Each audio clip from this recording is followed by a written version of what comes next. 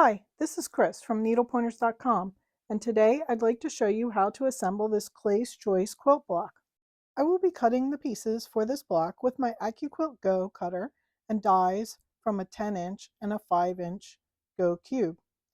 This pattern can be made with any size Go cube. My one block will be 10.5-inch square after it's been assembled, and the other block will be 5.5-inch. This block is included in the 72 block patterns PDF that can be downloaded for free from the Accuquilt website. This block is also included in the book Quilt in a Day, Go, Qube, Mix and Match Blocks and Quilts. This book came for free when I purchased my 10-inch cube. If you would like to see a full written photo tutorial of this block assembly, please click the link in the description of this video and go to our webpage. On that page, you can find all the instructions, including a photo tutorial and links to the Accuquilt cubes, cutters, and the 72 block patterns PDF. This block uses 2 dies from the Go Cube. It uses the number 2, which there's a number on each die, like right in this area. The number 2 die, which is a square, 3-inch and 2.5-inch finished size square. Number 5, half square triangle, which is a 2.5-inch finished square. For the 5-inch block, we use the same 2 dies, the number 5 and the number 2, but as you can see on these, you get 4 squares instead of just 1 that you get for the 10-inch block, and you get 8 half square triangles cut at once with the 5-inch block. But don't worry, no matter what size cube you have, when you use these different dies together, the same numbers, 2 or 5, you will come out with the Clay's Choice block in the size of your cube. For this block, 4 fabrics are needed: 2 lights, 1 medium, and 1 dark. I've also prepared the fabrics for the 5-inch block, and again, it's 2 lights, a medium, and a dark. I will be cutting and demonstrating how to make one block. If you are making many blocks for your quilt, you will want to calculate how many of each shape you need of each fabric so that you can cut more at once. If you are using quilter's cotton, you can cut up to 6 layers at once. So fold the fabric to get what you need with less passes through the Accuquilt cutter. From the number 2 die, I'm going to cut 4 of each of the light colored fabrics. So I'm folding the 2 pieces of fabric, and that makes 4 layers. I'm going to put the cutting mat on and send it through the cutter.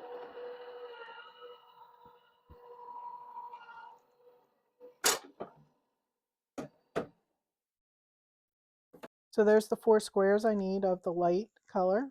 So for the second color, I can fan fold this one strip I have back and forth. So you just need to make sure that your fabric is totally covering the past the cutting area. Add the mat, and I'll send it through the cutter.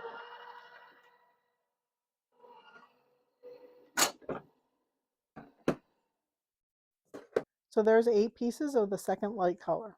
Those are all the squares I need from the number 2 cutting die for the 10-inch block. I'm going to cut the 5-inch block in the similar way, but I won't record that because it's just the same thing as I'm doing here. For the number 5 die, which is the half square triangle again, I need 4 triangles each of the first light, medium, and dark fabrics. To make the assembly quicker, you can layer the fabrics together and cut them. So I can layer the light with the medium and fold them in half. Then we'll have a stack of them together so to make it quicker and easier to sew it together. Now when you're using the mat, be sure to move it around and use both sides and put it on angles so you get longer use out of your mat.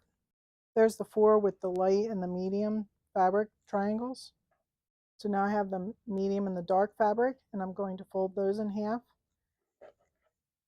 and send them through the cutter. Now I'm going to do the same with the medium and the dark fabric. So now the medium and dark squares are together and ready to be sewn. And that finishes up cutting the pieces for the Clay's Choice block. Here are the pieces of the block shown how they will be assembled. The half square triangles will be sewn together first. Then the 4 quarters will be sewn together, and then those will be sewn together into the final block. Let's go over to the sewing machine and start to assemble this block. Thread the sewing machine with a neutral thread. I usually use a white or cream thread to piece my blocks. I have a matching bobbin thread in the machine. I have my 1/4 inch foot on the machine and have it set for a straight stitch at the standard length. So I'm going to start sewing my 1/4 square triangles, and I just wanted to point out on the Accuquilt dies, when they do 1/4 square triangles, it cuts the points off, so then you don't have to trim those later, and it makes it easier to match them up. So you can match the 3 sides there and get it aligned properly. Chain piece the 1/4 square triangles with a 1/4 inch seam allowance. Chain piecing is a technique where you keep sewing off the edge a few stitches and then start sewing the next one without cutting the thread in between.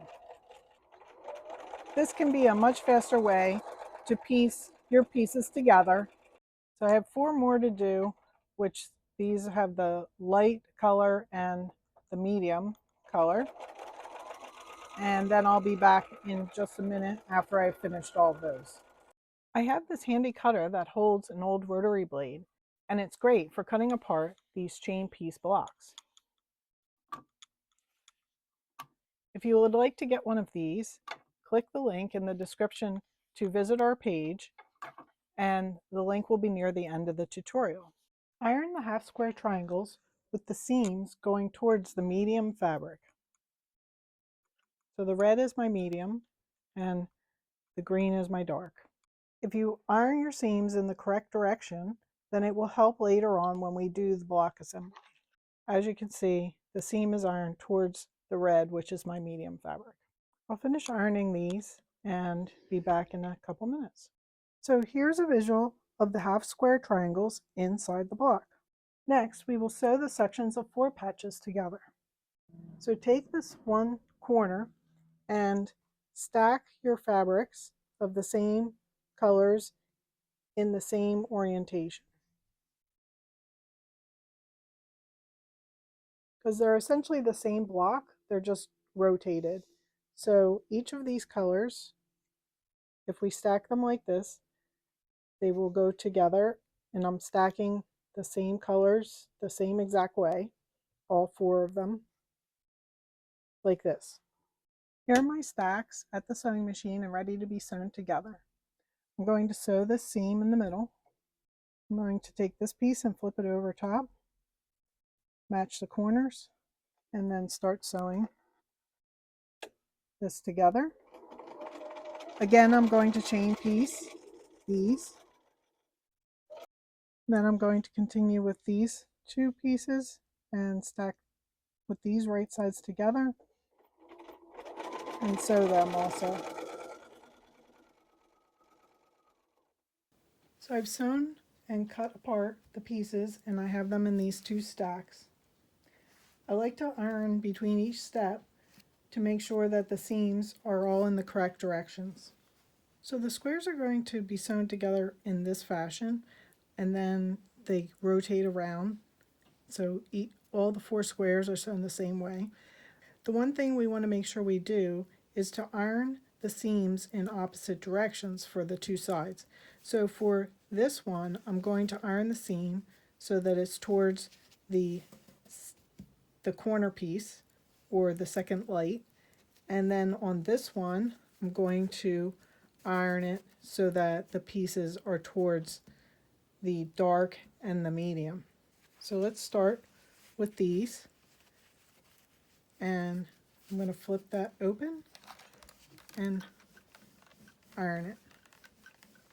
So then we'll do all 4 of these that way. And then for this other stack, I'll start with them with the with the corner piece on the top and iron it. Okay, so here's our blocks that we've been working on assembling together, and they're all oriented in the same direction right now. The next seam we're going to sew is this one in between the two. So we will be flipping this on top like that, interlocking the seams together, and then sewing along this edge. But you can see the block is not oriented correctly. So I wanted to show you how if I just twist each of these around a bit, there's the finished block. So to make this easier, I'm going to flip these over like this and then line them up like we did earlier so that they're in the same orientation. I know I'm going to be sewing this side.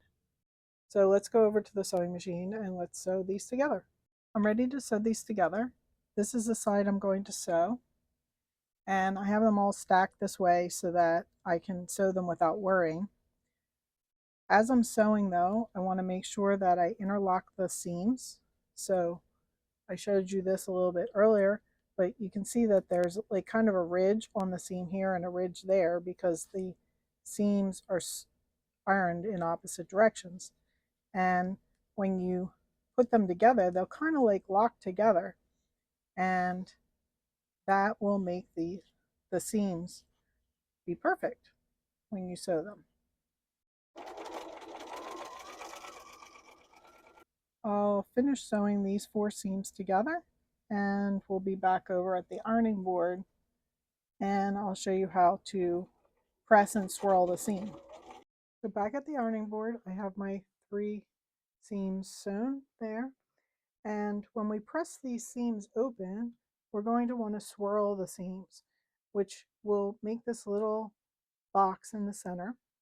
And as you can see, the seams all face kind of go around in a circle in the same direction. So this facing this way, this way, this way, this way. In my case, they're counterclockwise. So the orientation of your first 2 seams that you pressed in certain directions, those will always be opposites. And that's going to determine either if you're going to be swirling clockwise or counterclockwise. And in order to do the swirl, you simply can take the stitch out of the seam allowance here. Don't take it the actual seam that you sewed, just the seam allowance in the first seam that you sewed in this block. Then open it up, and when you open the seams, we want to have it this seam go this way and this seam go that way, and when you do that, it just automatically will become swirled, and a little, you can see the little swirl square in the middle. So press the seam open, or press the seam like that so that they're all swirled around. So then when I turn this over, you can see that all the points are matching very nicely, and there's not really any bulk in there when I press on it. I can feel it. If we had just, without the swirling, if you just pressed this seam one way or the other, the last seam that was sewn, then we would have ended up with a whole bunch of bulk in the center. So let's do that for this one more time. I pull out those 2, the little stitch there, open it up. So let's start to swirl our seams that way with hand pressing, and then press the seam. And I like to press from both sides. So I have 3 of them done, and I'll do this last one, and then we'll go back over and lay the block on the table again. Here are the 4 sections laid out in the block. Make sure you have all the sections oriented correctly. The dark fabrics are all around the center and not next to one another. And the four corners have the second light color blocks. And if you look at these seams, this one's pressed this way and this one's pressed this way. So when I put these together, and we're going to sew this seam next, these will interlock also, just like the previous seams interlocked. So let's fold these together, and then we'll go to the sewing machine and sew down this. So I'm going to sew these two seams, and these seams will interlock, and even the corners where the half square triangles come together, those will even interlock together.